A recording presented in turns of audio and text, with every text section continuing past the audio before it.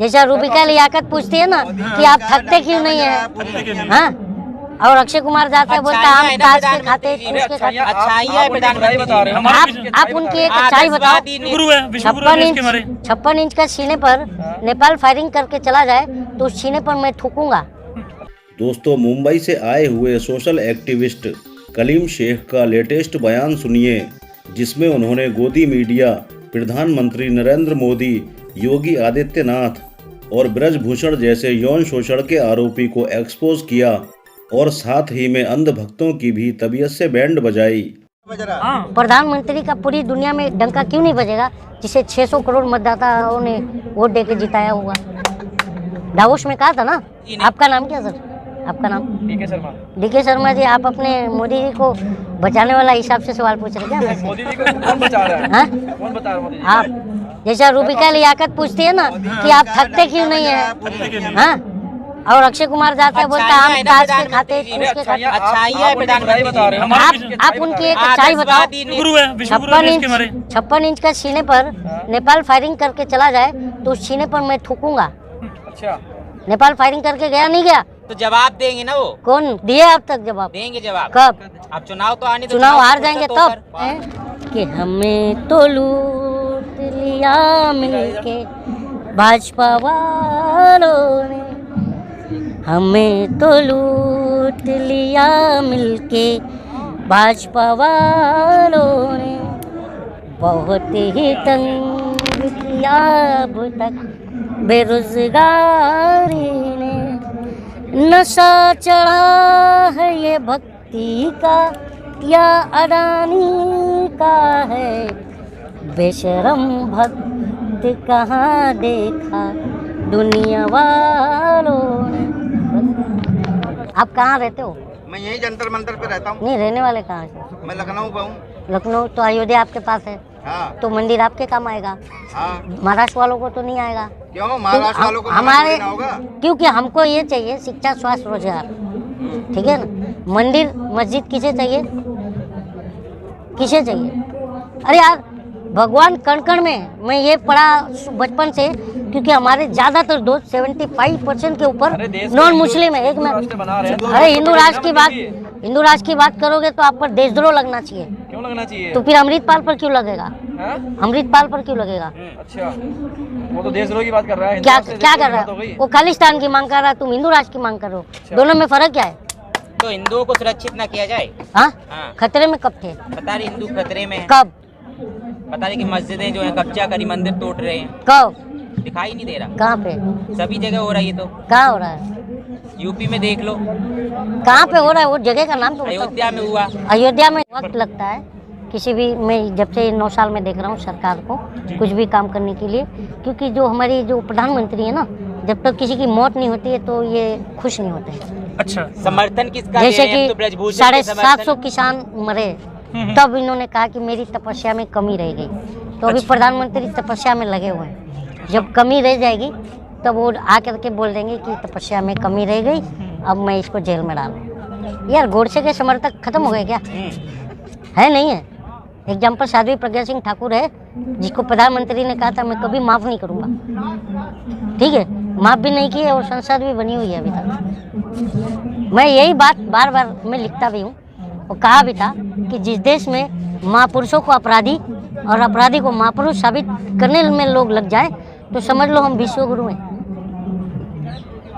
आज इस देश के लोग तो ये धरना को देख ही रहे हैं, तो इंटरनेशनल मीडिया भी इस पर नज़र बनाई हुई है, तो थूक रही होगी हम पर। अंधभक्त तो बोल रहे हैं कि घंटा बज रहा है, पर मुझे नहीं लग रहा ये तो डंका बज रहा है, ये तो घंटा बजवा दिया इन्होंने। क्या घंटा कर रहे हो? ये 80 करोड़ जो राशन है ना, ये विदेशों में हमारे लिए थूकते होंगे विदेशी कि 5 किलो राशन पर जीते हैं, मारो जूते से इन्हें। क्योंकि हम 5 किलो राशन क्यों ले जी? हमें रोजगार दो, हम 5 किलो राशन बाजू वाले को खिलाएंगे। जो परेशान होगा हमारे घर से 10 किलो राशन ले जाएगा, हमें रोजगार दो। तो हमने मांगा था क्या 5 किलो राशन? भैया तो देखो अब 5 किलो राशन पर मेरी बात सुनो।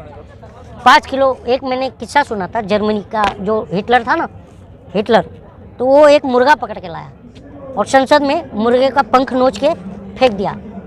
और जब उसके सांसदों ने कहा कि तू कर क्या रहा है, तो उसने कहा कि जब किसी भी मुल्क पर ज़्यादा टाइम हुकूमत करनी हो तो इस मुर्गे की तरह जनता के पंख नोच लो और उसके सामने थोड़ा थोड़ा दाना डालो ताकि वो दाना चुगने में मस्त रहेगी और अपने बुनियादी जो सवालात हैं वो नहीं खड़ा करेगी। बस यही देश की जनता को का जो रोजी रोजगार ये पंख होते हैं उसको नोच लिया है और 5 किलो अनाज डाल रहा है, छोटा छोटा दाना जो जनता चुंगते हुए चलती आप है। जो ना मुद्दा घंटा बज गया तो मान लीजिए 38 एफआईआर और है उस पर 39 भी हो गया तो क्या फर्क पड़ेगा उसको? जी। कार्रवाई कौन कर रहा है, जांच कौन कर रही है, ये प्रक्रिया होनी चाहिए ना।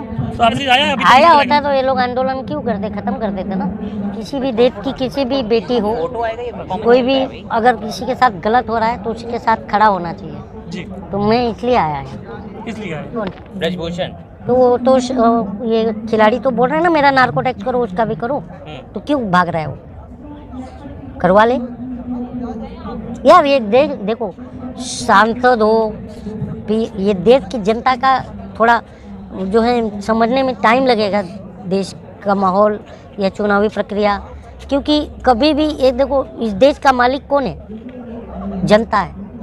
कोई नेता, कोई सीएम, कोई डीएम, कोई पीएम मालिक नहीं है। अगर ये मालिक होते तो ये प्रधानमंत्री 2014 के इलेक्शन में घूम घूम कर क्यों कहता कि भाइयों बहनों मुझे चौकीदार बनाओ, प्रधानमंत्री मत बनाओ? What is the meaning of चौकीदार? वॉचमैन। की सेवा। तो बेटी की चीखें अब सुनाई नहीं दे रही? अभी बिजी है ना, कहाँ पे? चुनाव चल रहा है अभी कर्नाटक बिजी बहुत ज्यादा है ना। फिर देश की सेवा में देश लगे की हुए सेवा हैं में कर अरे देश की सेवा ऐसा कर दिए ना, अंधभक्त उनके बोलते हैं कि हमारे मोदी जी 18 घंटे काम कर रहे हैं। करते हैं ना। अच्छा, और दिमाग भी 24 घंटे काम करता है। तो कहना क्या चाहते दिमाग से कंपेयर कर रहे हो आप? नहीं, कंपेयर नहीं कर रहा हूँ, काम की बात कर रहा हूँ। ये बेचारे 18 घंटा करते हैं और वो 24 घंटा करते हैं। आज क्या नहीं है देश के अंदर? प्राइवेट सेक्टर तो खत्म ही हो गया। टेलीकॉम इंडस्ट्री की हालत पूरी खराब कर दी इन्होंने अपने मित्र के लिए। एयरसेल गया, डोकोमो गया, यूनिनॉर गया। आपको एक बात बताओ, मैं मुद्दे को भटकाता नहीं हूँ। आपको सवाल पूछना नहीं आ रहा तो आपको ऐसा लग रहा बेटी होगा बचाओ तो आप कुछ कर नहीं रहे हैं। बेटी पटाओ कहा था उन्होंने, बचाओ नहीं कहा था। ठीक है, तो आपको भी पता होगा, बेटी पटाओ। अच्छा, विवाद कौन पैदा किया?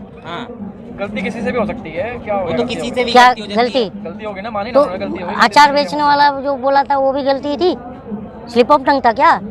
वो जो कांकरिया स्पेलिंग गलत लिख के वो बच्चे बोल रहे थे मर गई, मजाक बना रहे, क्या ये भी सब स्लिप ऑफ टंग था? बेटियों की नज़र में इनको कितना इज्जत है, बेटियों की ये 3 वर्ड ये जो बोले ना, इसे पता चल जाता है। अरे जब जीत काला धन हाँ किसका आया? बोल तो रहे हैं वो आ गया। आपको पता है? आप 2014 के बाद स्विस बैंक में डबल हो गया काला धन। अच्छा, गूगल करो, डबल हो चुका है। हाँ डबल हो चुका है। ये फिर किसका पैसा? और ये प्रधानमंत्री क्या है? प्रधानमंत्री के लायक थोड़ी है ये, लेकिन मैं कुछ बोल नहीं सकता। एक अच्छा पद पर है दुनिया में पाकिस्तान ना। हाँ, काम राष्ट्र है। पाकिस्तान इतना थर-थर काँप रहा था तो ये बिरयानी लेकर के पहुंच गए थे इस्लामाबाद। इमरान खान जेल चला गया। ठीक है, चले गए पाकिस्तान और कम्बल उड़ाने के लिए गए थे। नहीं गए थे मोदी जी देश को बिना बताए, क्योंकि ये देश लोकतांत्रिक देश है। मैं अगर मुस्लिम राष्ट्र की बात करूंगा तो मुझ पर भी देशद्रोह का मुकदमा होना चाहिए। तो दोस्तों, सोशल एक्टिविस्ट कलीम शेख के विचारों से आप कितने सहमत हैं? क्या आपको देश के मौजूदा हालात के बारे में कलीम शेख की कही हुई बातें सही लगी या नहीं? कमेंट्स करके ज़रूर बताइएगा।